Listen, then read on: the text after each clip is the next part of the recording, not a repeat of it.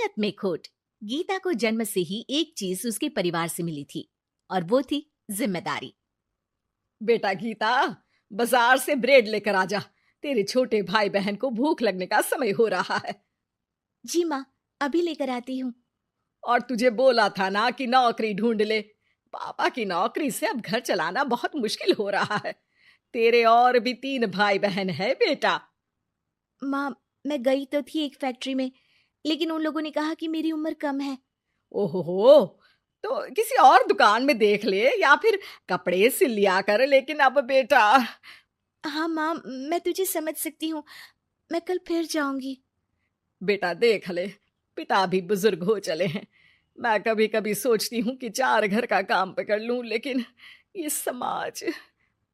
गीता माँ को गले लगाकर वहां से चली जाती है। धीरे धीरे वक्त गुजरता है और गीता के पिता से भी काम नहीं हो पाता है। अरे गीता की माँ, अब काम करते हुए हाथ कांपते हैं। किसी भी बच्चे की शादी नहीं हुई है। चिंता होती है, पता नहीं घर कैसे चलेगा। तभी पास की मौसी उन लोगों के घर आती है। अरे गीता की माँ, चिंता ना करो, तुम लोगों की परेशानी का हल है मेरे पास। आओ बहन, क्या हाल है? कोई खजाना मिल गया क्या? अरे खजाना ही समझो। गीता की शादी के लिए एक लड़का है। लड़का अच्छी नौकरी करता है, अपने 2 मकान है, और शादी के बाद वो तुम लोगों का ख्याल भी रखेगा। ऐसा क्या देख लिया गीता में उसने जो इतना सब करने को तैयार है? अरे भाई साहब, अब आप लोगों से क्या छुपाना। लड़के की पहली बीवी का स्वर्गवास हो चुका है और 2 छोटे बच्चे भी हैं। अरे क्या बोल रही हो मौसी? नहीं नहीं, मैं ऐसी जगह अपनी गीता की शादी नहीं करूंगी। हाँ, मैं भी गीता को किसी ऐसे घर में नहीं भेजूंगा जहां 2 बच्चे पहले ही हो। देखो, गीता मेरी भी बेटी जैसी ही है। अरे लड़का बहुत ही शरीफ है, हो सकता है उसके भाग्य में गीता हो। कोई अब नहीं, बच्चे इतने छोटे हैं कि असली माँ और सौतेली माँ में फर्क भी नहीं समझेंगे। अरे लेकिन गीता ही क्यों? क्योंकि गीता को मैं जानती हूँ, कोई दूसरी लड़की उन बच्चों का जीवन खराब कर देगी। काफी मनाने के बाद और हालात को देखते हुए गीता की शादी गणेश के साथ हो जाती है। गीता, मैं ऑफिस जा रहा हूँ। तुम्हें कुछ चाहिए तो मैं ले आऊंगा। मुझे कुछ पैसे दे दीजिए, मैं घर जाना चाहती हूँ। अरे लेकिन बच्चे। आप बच्चों की चिंता मत करिए, वो भी नानी का घर देख लेंगे। गणेश को गीता की बात अच्छी लगती है। वो उसे पैसे देकर ऑफिस चला जाता है। गीता दोनों बच्चों को लेकर माँ के पास जाती है। अरे मेरे नाती और नातिन, कितने प्यारे बच्चे हैं गीता। हाँ माँ, ये तो दोनों बच्चे मेरे ही हैं। चलो जाओ, अपने मामा और मौसी के साथ खेलो। फिर क्या था, गणेश के बच्चों को ननिहाल और गीता को अपने घर को पालने के लिए गणेश का सहारा मिल जाता है। माँ, ये पैसे ले ले, इनसे तू घर की टूटी छत बनवा लेना और राशन डाल लेना। और हाँ, मैं ना ये कपड़े भाई बहनों के लिए लाई हूँ। धीरे धीरे गीता का घर भी संवरने लगता है। वो अपने ससुराल में भी अच्छे से रहती है और फिर गीता को एक बेटा होता है। गीता, तुम चाहो तो अपनी माँ को यहाँ मदद के लिए बुला सकती हो। फिर क्या था, गीता की माँ बेटी के घर आ जाती है।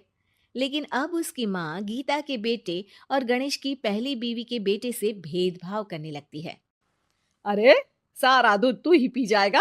चल, छोटे भाई को दे गिलास। लेकिन नानी, ये तो मेरा दूध है, वो अपना ग्लास खत्म कर चुका है।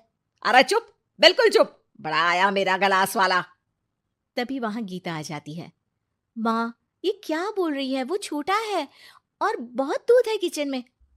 अरे बहुत है तो क्या सारा इस सांप को पिला देगी? अपने बेटे का ख्याल रख। कल को तेरे 2 घर में से एक का हक मांगेगा तो क्या करेगी? माँ, तो दोनों का ही तो हक है ना प्रॉपर्टी में। अरे ना बेटा, सारा हक इस छोटे का है। तू समझती नहीं, कल को बड़ा होकर ये तेरे बेटे को जान से भी तो मार सकता है। अब माँ सारा दिन गीता को गणेश की पहली पत्नी के खिलाफ कान भरती। अब गीता भी माँ के रंग में रंग जाती है। एक दिन, सुनिए ना, हम लोगों के 2 घर हैं, एक घर क्यों ना मेरे बड़े भाई को दे दे, उसकी शादी हो गई है। और फिर हमारे तो दोनों बच्चे छोटे हैं, बड़े होंगे तब तक तो वो घर हमारे काम का नहीं है ना जी। सीधा साधा गणेश क्या कहता, वो मान जाता है और फिर गीता का भाई उसके एक मकान में शिफ्ट हो जाता है। गणेश के ऑफिस जाने के बाद गीता गणेश की पहली पत्नी के बेटे से कहती है, सारा दिन खेलते रहते हो, पढ़े नहीं तो काम पर लगा दूंगी, समझे? बेटा, जो अब सौतेली माँ से सहम चुका था, एक फैक्ट्री में जाता है। साहब, कुछ काम मिलेगा? बेटा, मुझे एक ऑफिस बॉय की ज़रूरत है, लेकिन तुम तो अच्छे घर के लगते हो। हाँ हूँ बे, लेकिन फिलहाल काम की तलाश है। बेटा एक फैक्ट्री में चपरासी बन जाता है और एक दिन दुखी गणेश का स्वर्गवास हो जाता है।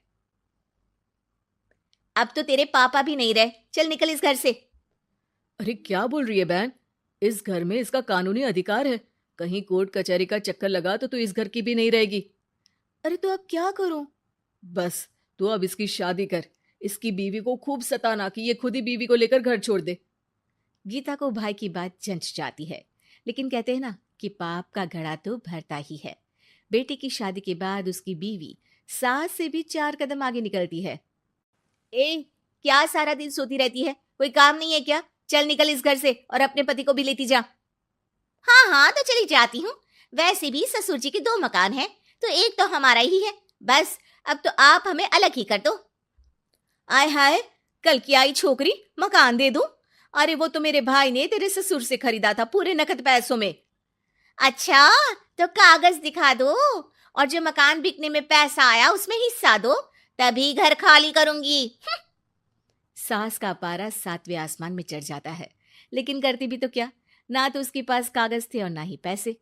और हाँ सासू माँ, वो मेरी शादी में जो भर भर के जेवर पहने थे ना आपने, वो भी इनकी असली माँ के हैं। उन जेवर पर भी मेरा अधिकार है।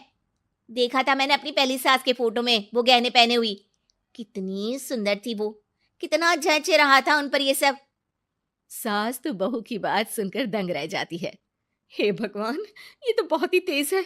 इससे पंगा लूंगी तो ना घर की रहूंगी ना गहनों की, और पैसे भी हाथ से चले गए।